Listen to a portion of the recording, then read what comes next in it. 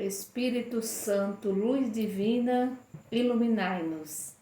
Espírito Santo, luz divina, iluminai-nos. Espírito Santo, luz divina, iluminai-nos. Glória ao Pai, ao Filho e ao Espírito Santo, como era no princípio, agora e sempre. Amém. Espírito Santo, luz divina, iluminai a nossa vida, iluminai a vida de todas as pessoas que amamos, que conhecemos. Peçamos que o Espírito Santo ilumine a vida das pessoas que pediram e que confiam em nossas orações.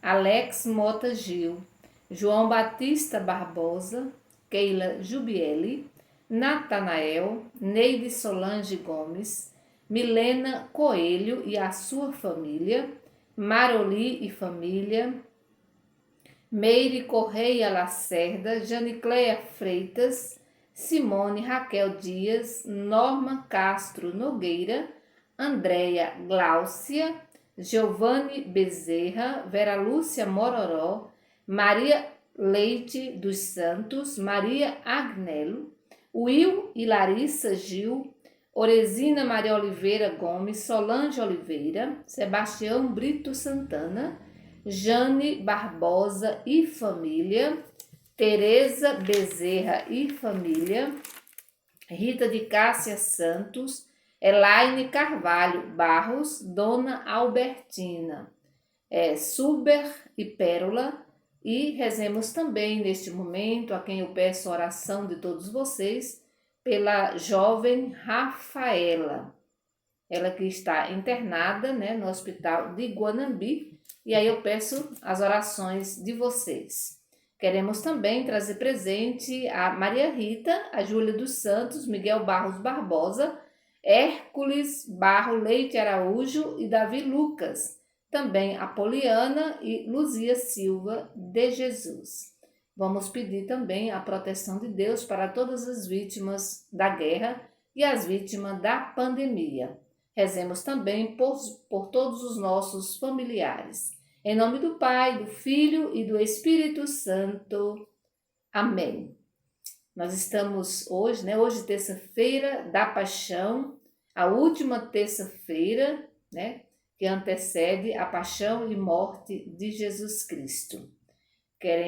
Vamos nesse momento pegar a nossa Bíblia, abrir em João, capítulo 13, do versículo 21 ao 33 e depois 36 ao 38. Ouvi, irmão e irmã, a palavra do Santo Evangelho escrito por João. Glória a vós, Senhor. Depois de dizer essas coisas, Jesus ficou profundamente comovido e disse com toda clareza: Eu garanto que um de vocês vai me trair. Eu garanto que um de vocês vai me trair. Desconcertados, os discípulos olhavam uns para os outros, pois não sabiam de quem Jesus estava falando. Um deles, aquele que Jesus amava, estava à mesa ao lado de Jesus. Simão Pedro fez um sinal para que ele procurasse saber de quem Jesus estava falando.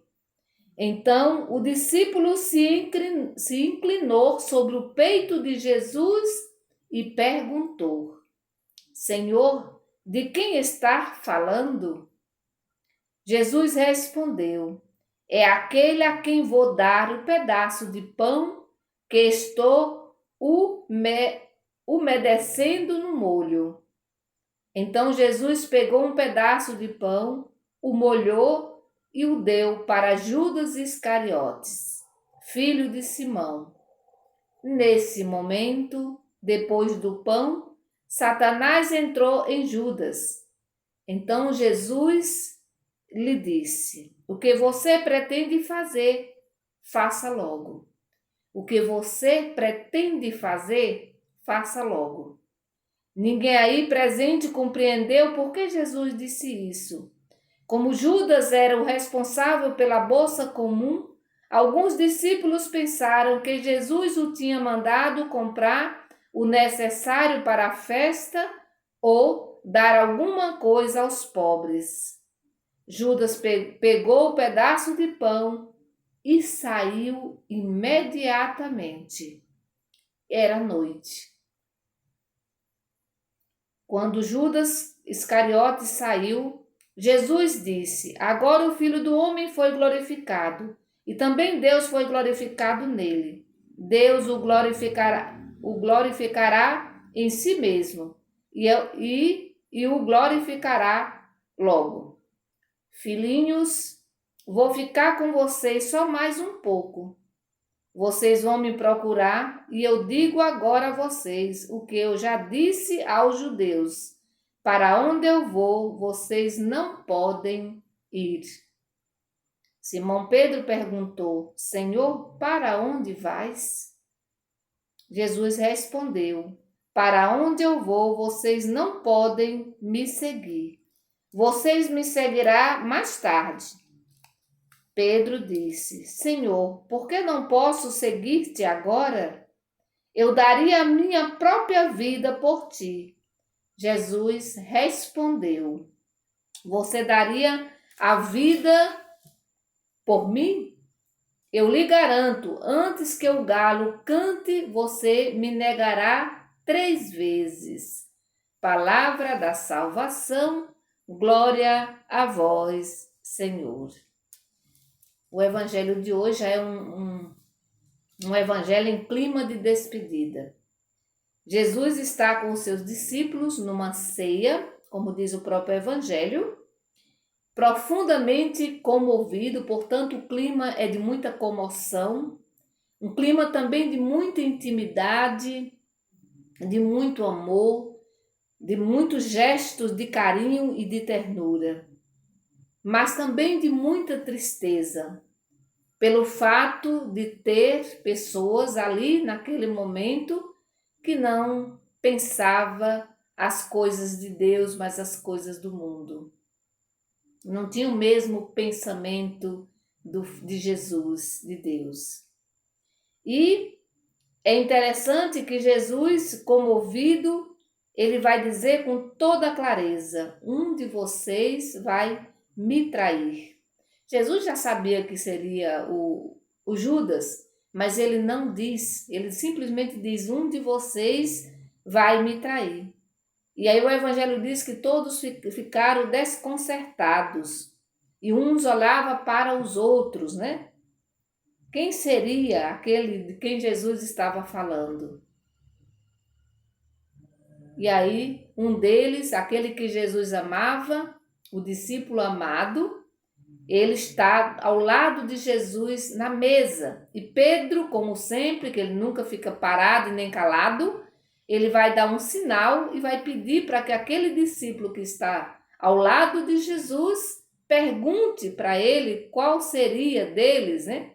De quem ele estava falando, né? Qual deles iria trair Jesus? E aí Jesus vai fazer um gesto, lembrando que aqueles estão na ceia, na última ceia, que Jesus, né? Na última ceia, antes da sua morte, da sua paixão e morte e ressurreição. E aí Jesus vai pegar um pedaço de pão, vai colocar no molho e vai entregar a Judas. E aí o texto diz que a partir daquele momento, o diabo, Satanás, entrou em Judas. E aí a gente já sabe qual foi a atitude de Judas a partir daquele momento. Judas quebra, a partir daquele momento, ele quebra a comunhão com Deus, com Jesus. E ele vai ao encontro das autoridades, dos sacerdotes, e vai entregar Jesus para as autoridades. Judas trai Jesus. E nós já sabemos que a traição ela é muito triste. A traição gera muita desconfiança, né? E é muito triste uma traição. Às vezes não é só, quando a gente pensa em traição, a gente pensa só na traição de marido e mulher, ou de mulher e marido, né? Do casal, mas tem tanto tipo de traição, também tem aquela traição com os nossos amigos, com os pobres, com os excluídos da nossa sociedade. Quantas vezes nós traímos, né?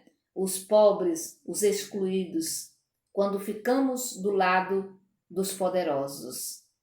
E a gente precisa tomar muito cuidado, sobretudo no período de eleição, que esse é o período mais propício para a gente trair os nossos pobres, os nossos excluídos. A gente às vezes se vende, né, por nada, né, por mixaria, assim como Judas. Certamente ofereceram para ele, em outro texto bíblico, diz que ele foi vendido por 30, né, ele vendeu Jesus por 30 moedas, né?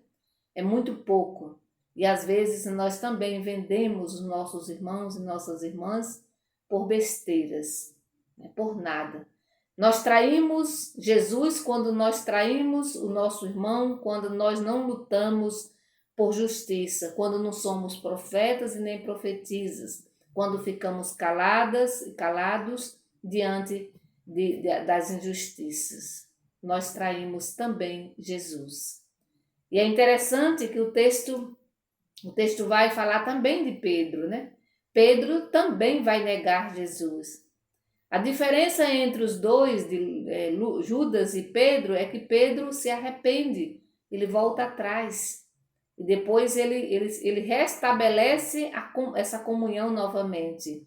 Judas não voltou atrás, né? Ele continuou desconectado do Deus da vida, de Jesus, do seu grande amigo Jesus, seu mestre, né?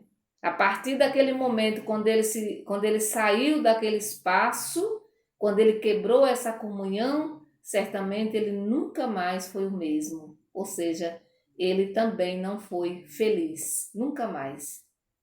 Quando a gente se distancia de Deus, quando a gente se distancia de Jesus, nós também não somos felizes. Quando a gente se apega demais aos bens materiais, ao dinheiro, ao poder, nós também não somos felizes. Não somos felizes.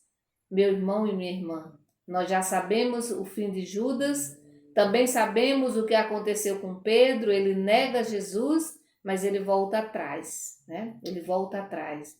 E todos os outros discípulos também, apenas o discípulo amado, né? Apenas o discípulo amado ficou até o fim, junto com o grupo de mulheres.